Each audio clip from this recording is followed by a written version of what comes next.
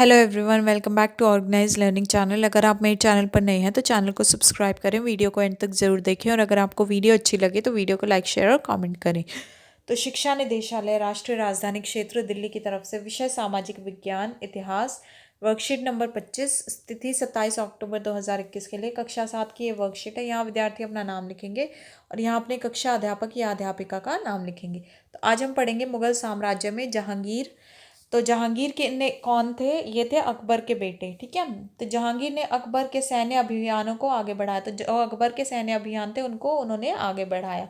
मेवाड़ के सिसोदिया शासक अमर सिंह ने मुगलों की सेवा स्वीकार करी। जो मेवाड़ के सिसोदिया शासक अमर सिंह थे उन्होंने मुगलों की जो सेवा थी उसको स्वीकार कर लिया था। इसके बाद सिखों, अहोमों और अहमदनगर के खिलाफ अभियान चलाए गए जो पूर्णतः सफल नहीं हुए। फिर किस किस के खिलाफ अभियान चलाए गए थे? सिखों, अहोमों और अहमदनगर, लेकिन ये पूरी तरह सफल नहीं हो पाए थे। जहांगीर के शासन के अंतिम वर्षों में राजकुमार खुर्रम, जो बाद में सम्राट शाहजहां कहलाया, ने विद्रोह किया। जो जहांगीर के शासन के बाद के जो लास्ट के जो साल थे उनमें राजकुमार खुर्रम, जो जो बाद में सम्राट शाहजहां कहलाया, उसने विद्रोह किया था। जहांगीर ने चित्रकला को काफ़ी बढ़ावा दिया। उन्होंने चित्रकला को बहुत बढ़ावा दिया था। नूरजहां का जहांगीर के दरबार में काफ़ी प्रभाव था। नूरजहां कौन थी? उनकी बीवी थी और इस उनके दरबार में उनका काफ़ी प्रभाव था। वह एकमात्र मुगल शासिका थी जिसके नाम पर सिक्के चलाए गए और वही एक ऐसी मुगल शासिका थी पूरे मुगल एम्पायर में जितनी भी शासिकाएं थी जिनके नाम पर सिक्के चलाए गए थे। उसके बाद जहांगीर के जो पुत्र थे वो कौन थे? बेटे कौन थे? शाहजहां। शाहजहां दक्कन में शाहजहां के अभियान जारी रहे। तो दक्कन में शाहजहां ने अपने अभियानों को जारी रखा। अफगान अभिजात खान जहान लोधी ने विद्रोह किया और वह पराजित हुआ। जो अफगान था अभिजात खान जहान लोधी, उसने विद्रोह किया था लेकिन वो हार गया था। अहमदनगर के विरुद्ध अभियान हुआ जिसमें बुंदेलों की हार हुई और ओरछा पर कब्जा कर लिया गया। फिर अहमदनगर में भी विरुद्ध अभियान हुआ जिसमें बुंदेल हार गए और ओरछा पर क्या कर लिया गया? कब्जा। उत्तर पश्चिम में बल्ख बल्ख पर कब्जा करने के लिए उज्बेकों के विरुद्ध अभियान हुआ जो असफल रहा। और उत्तर पश्चिम में जो बल्ख था उस पर कब्जा करने के लिए उन्होंने उज्बेकों के विरुद्ध अभियान किया लेकिन उसमें वह असफल रहा। परिणाम स्वरूप कांधर सफाविदों के हाथ से चला गया और जो कांधर था वो जो सफाविदों के हाथ था वो भी उनके हाथ से चला गया और शाहजहां को मिल गया। 1632 में अंततः अहमदनगर को मुगलों के राज्य में मिला लिया गया और बीजापुर की सेनाओं ने सुलह के लिए निवेदन किया। और फिर 1632 में क्या हुआ? जो अहमदनगर था उसको मुगलों ने अपने राज्य में मिला लिया और जो बीजापुर की सेना थी उन्होंने सुलह के लिए उनसे आग्रह किया था, निवेदन किया था। 1657-58 में शाहजहां के पुत्रों के बीच उत्तराधिकार को लेकर झगड़ा शुरू हो गया। 1657-58 में क्या हुआ? शाहजहां के पुत्र आपस में लड़ने लगे उत्तराधिकार को लेकर। इसमें औरंगजेब की विजय हुई और दारा शिकोह समेत उसके तीनों भाइयों को मौत के घाट उतार दिया गया। और इसमें जीता कौन? औरंगजेब जीत गया इस युद्ध में।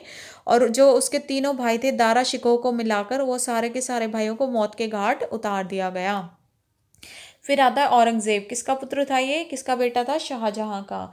औरंगजेब को उत्तर भारत में सिख, जाट एवं सतनामियों, उत्तर पूर्व में अहोम और ढक्कन में मराठा के विद्रोह का सामना करना पड़ा। तो उत्तर भारत में किस किस का विद्रोह था? सिख, जाट और सतनामियों का। उत्तर पूर्व में अहोम का और दक्कन में मराठा का विद्रोह था जिसका औरंगजेब को सामना करना पड़ा। उत्तर पश्चिम यूसुफजाई व सिखों के विरुद्ध अस्थायी रूप से सफल हुए। तो वो कुछ समय तक तो सफल हुआ औरंगजेब जो है उत्तर पश्चिम यूसुफजाई और जो सिख थे उनके विरुद्ध। औरंगजेब की मृत्यु के बाद उत्तराधिकार के लिए उसके पुत्रों में संघर्ष हुआ और उसकी मृत्यु के बाद भी फिर उसके भी पुत्र लड़े आपस में कि उत्तराधिकार कौन अधिकारी कौन रहेगा। औरंगजेब की मृत्यु के साथ ही मुगल साम्राज्य का विघटन आरंभ हो गया और जैसे ही औरंगजेब की मृत्यु हुई तो मुगल साम्राज्य का विघटन यानी कि उसका पतन जो है शुरू होना हो गया। अब ये क्रियाकलाप दिया हुआ है। ये मुगल सम्राट शाहजहां को उनकी स्थापत्य कला यानी कि आर्किटेक्चर, इमारत व वास्तुकला की उपलब्धियों के लिए अधिक याद किया जाता है। तो मुगल सम्राट जो है उन्होंने बहुत सारी ऐसी इमारतें और ऐसी वास्तुकला की स्थापना कराई हुई है, इतनी उपलब्धियां हैं। तो उनसे जुड़े कुछ स्मारकों के विषयों में जानकारी एकत्र कीजिए। तो आप इंटरनेट की मदद से जो उन्होंने जो भी इमारतें या वास्तुकलाएं बनवाई हैं उनकी आप जानकारी इकट्ठी कर सकते हैं।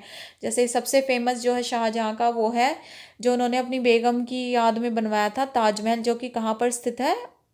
आगरा में। ठीक है। तो इसी तरीके से आप दो चार और जो है इमारतें या वास्तुकला है उनके बारे में इंफॉर्मेशन कलेक्ट कर सकते हैं, जानकारी ले सकते हैं इंटरनेट से और उसको अपनी कॉपी में लिख सकते हैं। अब आते हैं हमारे पास प्रश्न। प्रश्न एक क्या है, शाहजहां के विजय अभियानों पर एक नोट लिखिए। शाहजहां के विजय अभियानों पर नोट लिखना है, तो देखो इसका आप पॉइंट में उत्तर दे सकते हैं। जैसे यहाँ से स्टार्ट होएगा, ये होगा, ये जो बॉक्स है ये वाला है पहला पॉइंट आपका, ठीक है। ये वाला जो बॉक्स रहेगा ये आपका सेकंड पॉइंट रहेगा, ये वाले बॉक्स का उत्तर थर्ड पॉइंट, और ये वाला रहेगा आपका फोर्थ पॉइंट। तो इस तरीके से 1 2 3 4 करके 4 पॉइंट्स आपको इस वाले प्रश्न के उत्तर में ये लिखने हैं, ठीक है। अगला है सत्य व असत्य बताइए। नूरजहां शाहजहां की पत्नी थी, क्या ये सही है? ये बिल्कुल गलत है, असत्य है। नूरजहां शाहजहां की नहीं बल्कि जहांगीर की पत्नी थी। दूसरा है औरंगजेब जहांगीर का पुत्र था, क्या ये सही है? तो औरंगजेब जहांगीर का पुत्र नहीं था, ये बिल्कुल असत्य है। औरंगजेब किसका पुत्र था? वो था शाहजहां का, ठीक है। तो ये आप ये भी अपनी कॉपी में करेंगे। फिर दूसरा क्रियाकलाप क्या है कि मान लीजिए आप एक मुगल सम्राट हैं, तो उत्तराधिकार के लिए होने वाले युद्धों को रोकने के लिए कुछ उपाय बताइए। अगर मान लीजिए आप एक मुगल सम्राट होते, तो आप जो उत्तराधिकार के लिए जो इन्होंने युद्ध किए थे उनके बेटों ने, तो उसको रोकने के लिए आप क्या उपाय करते? तो आप इसको ऐसे लिख सकते हैं कि मान लीजिए मैं एक मुगल सम्राट हूँ, तो उत्तराधिकार के लिए होने वाले युद्धों को रोकने के लिए मैं अपनी जो संपत्ति है वह अपने पुत्रों में बराबर हिस्से में बांटता, जिससे उनको फिर लड़ना नहीं पड़ता कि मैं बनूंगा या मुझे कुछ भी नहीं मिलेगा या मेरे को सब कुछ मिलेगा। तो इस तरीके से उनको लड़ने की ज़रूरत नहीं पड़ती। तो ये आप इस तरीके से बनाकर जो है ये क्रियाकलाप भी अपनी कॉपी में करेंगे। तो आशा है कि आपको ये वर्कशीट समझ में आई होगी। अगर आपको कोई भी क्वेरी या कोई भी डाउट है तो आप कमेंट सेक्शन में पूछ सकते हैं। और इसी के साथ साथ कोरोना से बचने के लिए, कोविड-19 के विरुद्ध जंग में सुरक्षित रहने के लिए मास्क पहनना ज़रूरी है। तो आशा है आपको वीडियो अच्छी लगी होगी। अगर आपको वीडियो अच्छी लगी तो वीडियो को लाइक शेयर और कॉमेंट करें, चैनल को सब्सक्राइब करें और मिलते हैं नेक्स्ट वीडियो में।